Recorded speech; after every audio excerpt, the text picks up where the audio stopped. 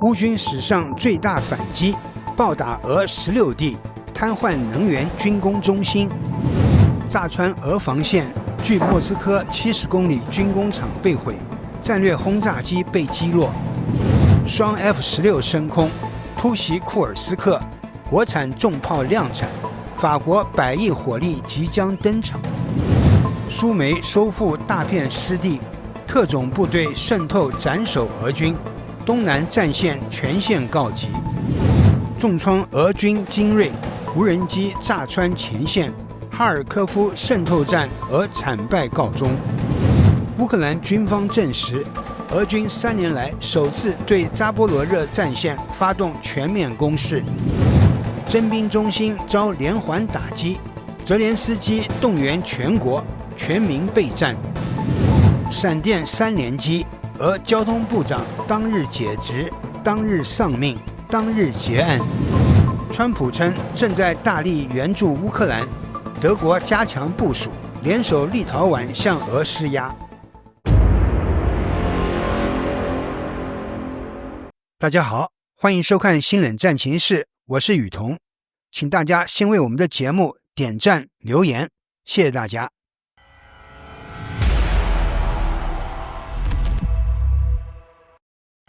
乌克兰与俄罗斯之间的空中攻防正进入新一轮高潮。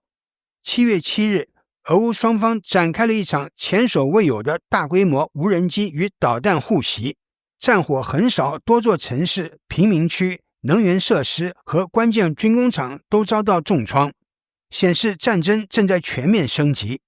7月7日凌晨，俄罗斯出动101架见证者无人机与4枚导弹，对乌克兰境内多个城市发动大规模袭击。乌克兰空军宣布成功击落75架无人机，但仍有部分导弹与无人机突破防线，对民用目标造成严重破坏。袭击目标涵盖基辅、哈尔科夫、敖德萨、扎波罗热等主要城市。导弹与无人机直接击中大学、公寓楼、企业大楼等非军事目标。乌方强烈谴责这场无差别轰炸，称俄军正持续将恐怖主义战术常态化，试图用平民伤亡迫使乌克兰屈服。但基辅方面强调，这种野蛮攻击注定失败，乌克兰不会投降。乌克兰方面也在同一天发起了迄今规模最大的一次无人机反击行动。乌军出动数百架无人机，袭击了俄罗斯包括莫斯科、圣彼得堡、罗斯托夫、卡卢加在内的16个地区，打击范围覆盖楚瓦什、乌德穆尔特、克拉斯诺达尔等联邦主体。此次行动造成俄方关键交通与能源基础设施严重受损，仅莫斯科一地就有171个航班取消，全国范围内共取消485个航班，俄航空业直接损失超过200亿卢布。事发后，俄交通部长罗曼斯塔罗沃伊特被紧急撤职，显示事态之严重。乌军此次攻击重点针对俄军军工与能源设施，精准程度明显提升。其中最具象征意义的打击是对莫斯科东北克拉斯诺扎沃茨克化工厂的袭击。该厂距乌克兰边境540公里，是俄罗斯重要的弹药与多管火箭炮引擎生产基地。值得注意的是，乌克兰在所有空袭中严格避免打击平民区域，其选定的目标均为军工设施或与国防工业有关的产业链节点。这不仅符合美国与欧洲盟友对乌军事行动的规范要求，也证明乌军拥有日益精准的情报与远程打击能力。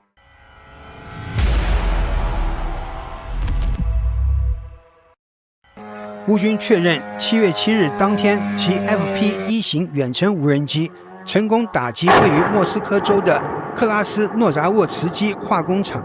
该厂为俄军提供弹药、火箭助燃剂及导弹关键组件。当地目击者报告，现场多起爆炸，消防车抵达现场，无人机穿透俄防空体系。事发位置约距莫斯科70公里。该目标属于俄国防工业基础，乌军意图破坏俄弹药链。官方尚未公布伤亡与破坏详情，但此次打击再次展现乌军远程打击俄核心后方能力。另外，乌克兰近日再次击落一架俄罗斯战略轰炸机，并对莫斯科周边的重要军工设施发动新一轮袭击，引发国际舆论高度关注。据俄媒 Mesh 援引空中侦察频道消息，一架执行对乌空袭任务的俄军战略轰炸机在返航途中被击毁。尽管基辅方面尚未证实，但俄方部分军事博主称，该机很可能是在飞行高度较低时被乌方防空导弹锁定并击落，疑为图95系列。与此同时，乌军无人机部队继续展开对俄境内纵深目标的打击。7月初，一架 FP-1 型无人机突袭了距离莫斯科仅88公里的克拉斯诺扎沃茨克，目标是一家为俄军导弹生产固体燃料与引擎的化工厂。现场传出巨响，并伴有浓烟升腾，显示打击造成了实质性破坏。该工厂不仅为 S-400 防空系统提供动力单元，还承担着为伊斯坎德尔等精确打击导弹提供关键部件的任务。这一袭击距离莫斯科东郊的谢尔吉耶夫仅15公里，显示乌军已能持续渗透至俄核心工业区。分析指出，相较以往的象征性打击，乌军近期空袭日趋精准，频率激增，目标明确，特别集中在俄军的导弹供应链与军工枢纽，显示出其战略重心已转向压迫俄军后勤命脉。而随着俄军不断将战略轰炸机后撤部署，并在后方修建加固机库与防空设施，可见其对乌军日益增长的远程打击能力的高度戒备。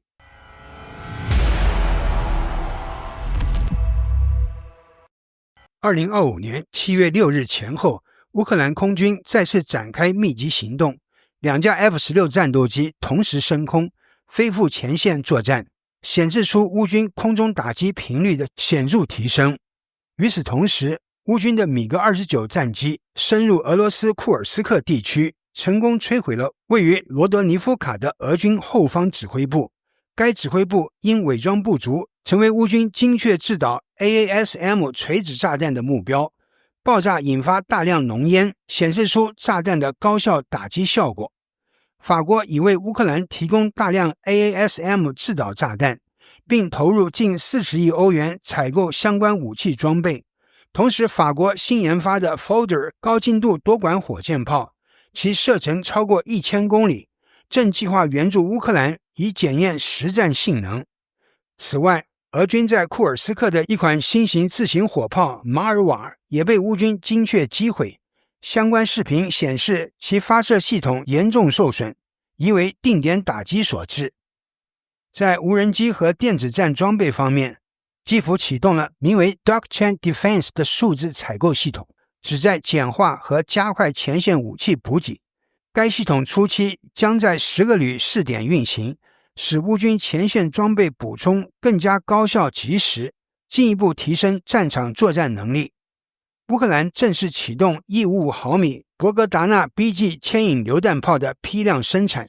根据乌军少将伊万利索维的介绍，从2025年初至今，乌克兰陆军已接收了5批该型火炮，正在逐步装备一线部队。博格达纳 BG 采用北约通用的155毫米口径，火力强劲，是乌克兰自主研发并具备量产能力的先进武器之一。相较于美制 M777 榴弹炮，其炮身更重，机动性略逊一筹，但在火力持续性与稳定性方面具有一定优势。此举标志着乌克兰在武器自主化道路上取得新突破，也意味着其炮兵力量将在持续战斗中获得更强的国产支援。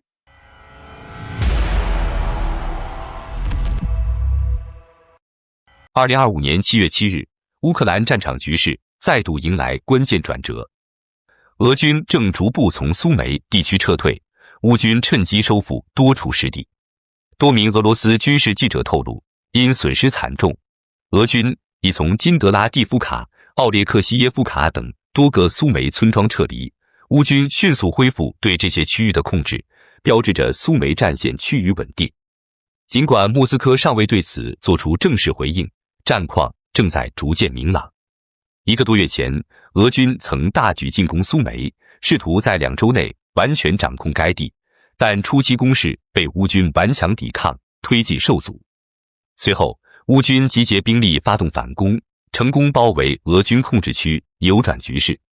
尽管如此，苏梅战场依然紧张，俄军仍有增兵迹象。最新画面显示，至少20辆载满俄军士兵的卡车正开往该地区，其中包含来自高加索地区的部队，显示交火激烈，俄军损失严重。另外，乌克兰特种部队近日在边境地区发动了一次高风险、精确打击的突袭行动。他们悄然渗透至俄军后方阵地，出其不意地从背后发起攻击，成功击毙多名俄军士兵，并缴获了一批包括通信设备、轻武器与战术资料在内的关键装备。据知情军方人士透露，此次行动历经数周情报准备与战场侦察，是一场经过缜密筹划与演练的外科手术式打击。整支突击队在不触发俄军主要防线的情况下，快速渗透，短时交战，迅速撤离，展现出乌军特种作战力量高度专业化与机动性。此次成功袭击不仅为乌军掌握俄军前线部署情况提供了宝贵线索，也打击了俄军在边境地区的士气，为后续作战争取到了更多主动。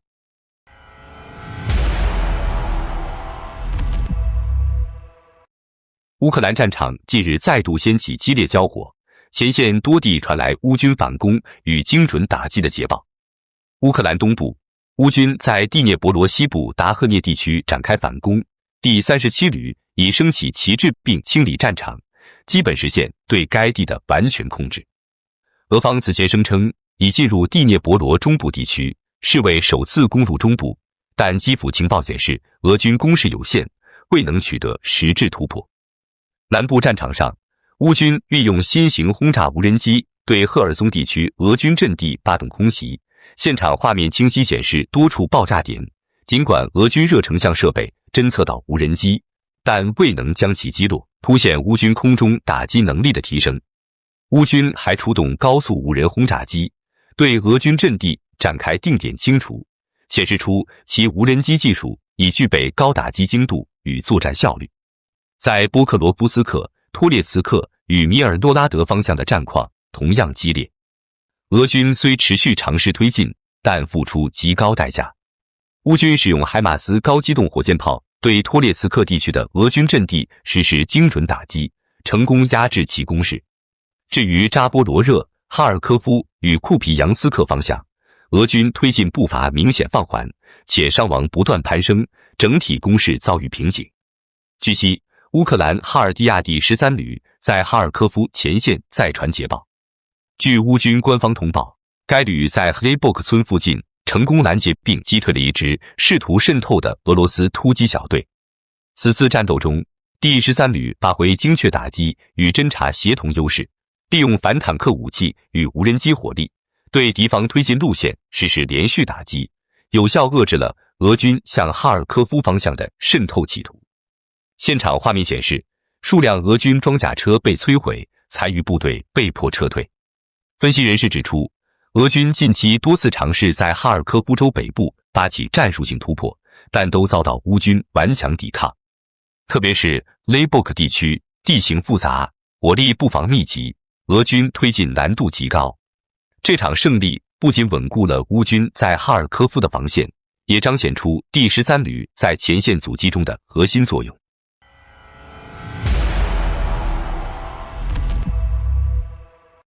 自2025年夏季以来，俄罗斯在扎波罗热前线发起了自战争爆发以来规模最大的攻势，试图切断乌克兰东部与南部的补给线，迫使乌军分散兵力。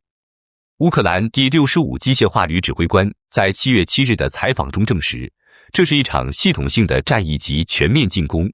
不同于以往局部试探或小规模冲突。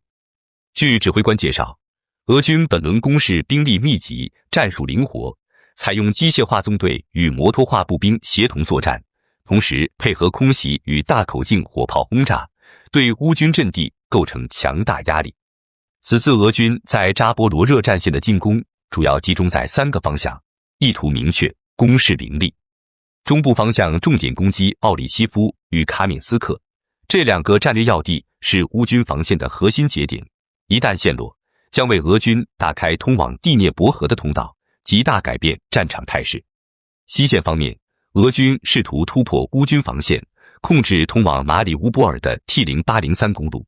这条路线是乌军东南战区兵力轮换与物资补给的关键通道，一旦被切断，将严重削弱乌军作战能力。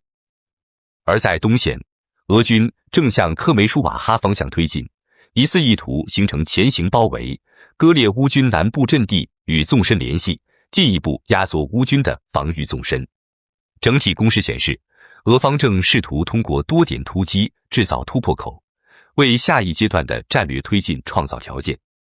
乌方情报部门认为，俄军此举不仅是实质性突破尝试，也具有牵制与战略试探意图，意图迫使乌克兰重新部署兵力，为俄方在其他战线制造机会。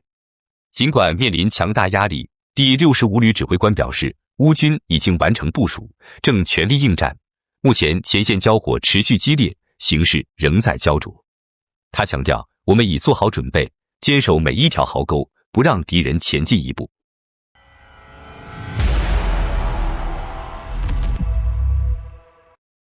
2025年7月，乌克兰动员系统正面临严峻考验。乌克兰陆军司令部发言人维塔利·萨兰采夫在接受 RBC 乌克兰采访时表示，俄罗斯军队近期正密集打击乌克兰全国范围内的征兵中心，目标是摧毁其兵员补给体系，进一步削弱前线作战能力。俄军采用导弹、自杀式无人机，甚至派遣破坏分子实施袭击，意图制造混乱与恐慌。面对这种恐怖式打击，乌克兰已加强防御措施，力求保护征兵机构工作人员和平民安全。萨兰采夫坦言，战争初期，乌克兰的征兵体系饱受诟病，街头抓壮丁，引发国内外舆论压力，俄罗斯更借此进行舆论战。随后，乌克兰政府推动改革，将伤残士兵或因脑震荡退役人员安排到征兵岗位，缓解了部分矛盾，但兵力紧张的问题依然突出。目前，乌军面临人力资源枯竭，许多适龄男性早已服役，难以持续补充前线兵员。对此，乌军总参谋部已决定，将为参战无健康问题的现役征兵人员直接派往前线作战，腾出的岗位则由退役伤员填补。为稳定军心，泽连斯基总统已签署决议，在2026至2028年国家预算中大幅提升军人工资，并加强对国防企业、防空系统、导弹研发、网络安全与全民抵抗体系的支持，确保乌克兰长期作战能力不被削弱。此外，乌议会还登记了一项新的民族抵抗法草案，计划在各地退伍军人中心开设志愿军事训练课程，面向全体适龄公民，不分男女。这些中心将获得政府授权，利用公共资源建设训练场地，开展枪械操作与战术训练。尽管乌克兰的强制服兵役年龄仍为25岁起，18至23岁人群只鼓励自愿参军，但总统泽连斯基强调，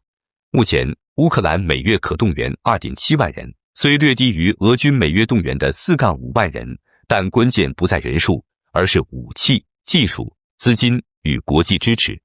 泽连斯基表示，我的最大梦想就是国家能够真正实现和平，没有比这更重要的事情。我相信，在世界的支持下，乌克兰终将重建。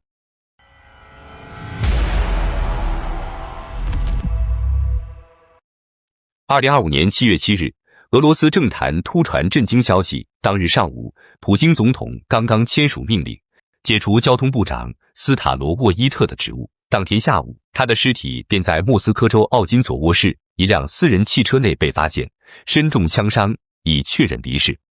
更令人讶异的是，俄方的结论，也就是说，从被解职到离世，再到官方调查结果出炉，所有进程竟然在同一天内完成，效率之高，几乎只在俄罗斯能实现。据克里姆林宫发言人佩斯科夫强调，免职令中未使用失去信任的措辞，意指斯塔罗沃伊特的离任属正常更换。而根据俄公务员法，失去信任仅适用于涉及腐败或重大失职的官员。但这番澄清反而引发更多质疑，如果真的无可指摘，又为何突遭免职并即刻身亡？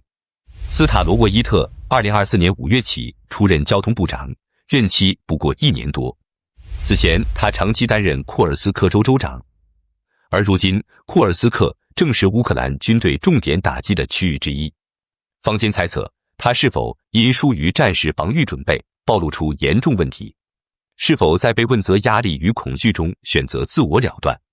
或者这根本不是这样。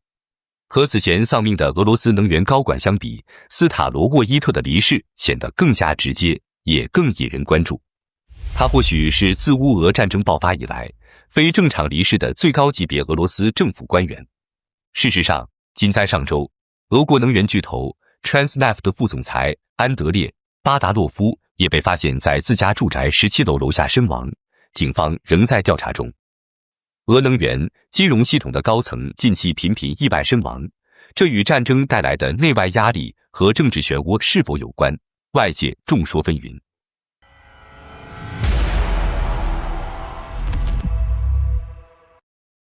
7月6日，美国总统川普在从新泽西前往华盛顿途中接受采访时宣称，自己正在向乌克兰提供大量援助。此番表态引发外界高度关注。当被问及为何不像支持以色列那样坚定支持乌克兰时，川普回应：“我正在帮助乌克兰，正在大力帮助他。”他还重申了一贯立场：如果他在2020年连任，这场战争根本不会发生。此外，川普称自己与乌克兰总统泽连斯基的交流很愉快，而与普京的谈话则令人失望。不过目前，川普阵营尚未恢复任何实质性援乌计划。目前关于防空导弹援助的讨论也仍停留在意向阶段。与此同时，欧洲的立场正在进一步坚定。同日，德国总统施泰因迈尔与立陶宛总统瑙塞达在维尔纽斯举行会谈，聚焦强化对乌支持、对俄施压以及区域安全协作。两国元首讨论了在军事防务上的深度合作，强调未来几年将加强在波罗的海地区的军事存在。根据计划，到2027年底，德国将正式在立陶宛永久部署第45装甲旅，约5000名德军常驻，构建对俄罗斯的前沿威慑力量。德国总统表示，我们坚定不移地支持立陶宛的自由与主权，同时也会通过实际行动支持乌克兰的反侵略斗争。在信息战与侦察方面，德国意在扩大援乌范围。尽管乌军在前线失去了星链通信的完全主控权，但美国的卫星公司 Planet Labs 已与德国签署协议，向乌克兰提供卫星图像与侦察支持，强化乌军战场感知能力，进一步弥补其在侦察和战场决策中的短板。好的，感谢您一口气看到最后了，这是对我们最大的鼓励和支持。要看最全面、最及时准确的战场热点报道更新，就请每日锁定新冷战情势。如果您喜欢我们的节目，也请您点赞、留言、订阅，把视频分享出去，让更多的人看到这个节目。想要赞助我们的朋友，可以打开超级感谢打赏赞助，帮助我们能持续做出更多好节目。谢谢大家。